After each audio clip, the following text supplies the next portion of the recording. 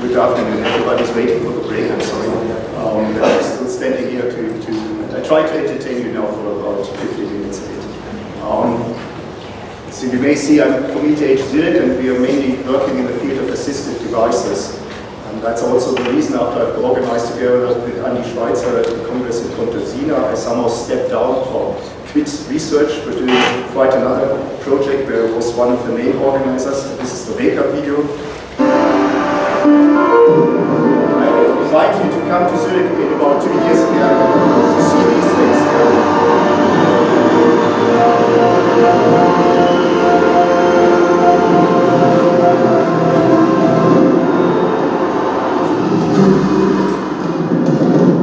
So by a competition you can really change also research and have a certain impact on technology. But I'm here standing here to say something about instrumentations and how to measure contact forces and why should we do so. We had a perfect introduction into that where you mentioned in your fourth chapter why we should do so, and we should also, as we have seen by your work also, we should look at it all, also in your work, the inner forces, what is happening inside. I'm the opinion that we should also look at the same things during the movement. So we equipped one of those. This sensor was equipped, and now you see the force, how it develops over time on this hold for this specific athlete. And I guess she's also competing still in the World Cup. However, we also heard it's all a matter of costs. So I'd like to show a bit what has done in literature and where we stand at the moment in relation to the costs. And on the other axis, it's presented what can we measure, or the kinds of holds. Or you can have the same axis somehow, what kind of holds you can use for it. And there have been something approached, and I don't know if the costs are right. This is my guess, and I would be happy if there is somebody who can correct me then afterwards. So this was one approach. The hold was given, so that was not a good idea in my opinion. Then what you have presented before, I would say you use trims. It was also possible with this setup to use other types of holds because you have a 3D sensor used. Then we have seen this picture from the Austrian connection. They were really the pioneers in measuring forces with a fixed hold here, so the hold was not exchangeable and clearly visible. And then we have also seen this picture before where they measure the forces as well in Montreal at 6 degrees of freedom. And we did the same with a setup where you don't see the instrumentation at all. You can exchange the hold, so whatever you want to measure you can do so. But it was quite expensive, so in Contesina I presented another approach to go back to 2 degrees of freedom, and we have seen, or you apply also weighing cells, and we use commercially available ones because they cost about $6 each, so that was pretty cheap. But what is missing is something to measure even more types of holds, right? So we have to go for a 3D sensor. And that was essentially the goal for the last half a year, what we wanted to do. However, it must not only be to instrument the entire route. So what you have presented is not the case at the moment. So we instrumented that route with 6 degrees of freedom sensors, but only 4 of them. The idea was to complement it by the other sensors. So to complement that in an affordable way, but we should stay accurate. So now this axis has changed to accuracy, so it would be better to place it here as an arrow. When you now look in literature and papers, well, in some papers at least the sensor is mentioned, but as it was a long time ago that these papers have been published, it was not that easy for me to figure out some data sheets, so I have to skip that one. I cannot report on the accuracy, but I hope that I can complement this list then again during this conference. For our sensors, so we had a quite low error, high accuracy. And for the other sensor, it really depends on, so this is in X direction, this is in Y direction. And I just keep the Y direction, of course.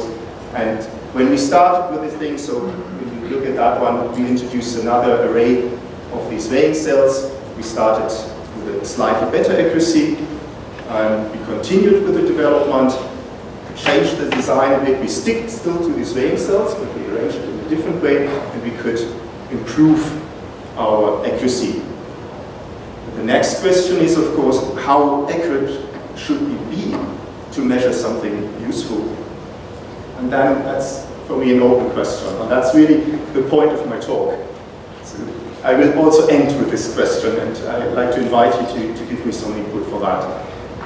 When we look for hangout training, then you're mainly interested in very small changes. Let's say, I don't know, 50 grams or something. So you need a really high accuracy or small error, which is somewhere. On the other hand, if you're more interested in some timing issues, when you grasp something and how you coordinate yourself, I guess then we can live with something which is not that accurate. And if you even want to use that, for example, for some kinds of sonification that we do, for example, in all that, I would say this is still fine to start with. But in between, I don't know. So hopefully there's a few ideas from your side. I think what is still the challenge there is, okay, you want to have you want to detect changes due to your intervention. You have usually only a few trials available, otherwise fatigue is an issue. So I was very happy to see, okay, you have it on 2 days, otherwise I guess it would be too strong for them. And on the other hand, okay, you can reduce the amount of trials that you need by a better accuracy, because there's this balance between measurement accuracy and your human variability that you have to balance. Well, however, we have to be a bit more accurate in terms of what is on this axis. Usually what is reported is the accuracy along an axis. So, for example, along this axis.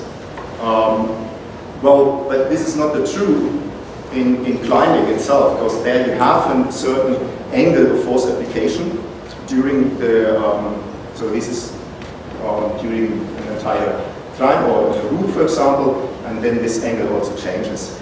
So what we should look at is also the crosstalk of your sensor. So that means you apply force in one direction and you're measuring now the force which you should not measure, in fact, right? And there you can also ask again, what is what you want to achieve? You can say, okay, I want to estimate my center of mass, for example, and you make a very simple calculation. You have a length of 1 meter for your leg, for example, and then you accept a deviation of 3%. Then you're 3 centimeters away from where you should be, and this is almost the size of a bolt. And usually you're measuring the forces and all the angles related to the screw of the bolt and not outside of the bolt, as long as you're not making the effort to calculate really where the force applies on the bolt. But therefore you need 6 degrees of freedom and you need certain math behind to do so. So when you simplify it, it's really in the middle of a screw, done, and then I would say, okay, 3%, that's okay. Okay. When we look at our sensors, the expensive one is in, the other one's no. That was disappointing. Then we thought, okay, shall we stop now for that? Or is there room for improvement? Well, we are at the moment trying to model the entire boat that we have in a more accurate way to understand more about the friction that there is in this measurement setup. On the other hand, we were also looking again into the market, or onto the market. And 7 years ago, or 8 years ago, when I was starting this project, those sensors were not available. Nowadays, there are sensors available with a high, they report a high accuracy and low crosstalk, and they are not that expensive anymore. So what we do at the moment, this is just a sensor that is not about the electronics. Electronics would shift that, so it would rather double the cost. So we are working also on some inexpensive or affordable electronics in order to combine those things. What else has to be considered? Usually all these values are determined by material testing machines, and they apply forces in one direction only, right? But as you have heard, when we look at this this hold again, then the force is not going along one of these main axes. So we are working also on a procedure where we can adjust the hold, or we return the hold in order to replicate this multi-axial load that you have in climbing actually. And now I'm almost done because I'm approaching the time limit of the entire session. And I hope after Pontesina, it was so nice that we sat together and we already discussed it during the conference, and we came up with an approach to communicate now the difficulty level or the skills that you have. And I hope that during this conference we can do something else for the requirements that we set on the instrumentation in terms of the error for multi-axial loads. So what is reasonable, what we should achieve for what kind of intervention or what you want to investigate, and what is the right way to test it. So having a certain protocol that you should apply in order to convince the others by the paper then when you report it that it is really an accurate one. So that finally we can say, okay, where are the existing ones and where are the new ones at the moment. Thank you for your attention. Back in time.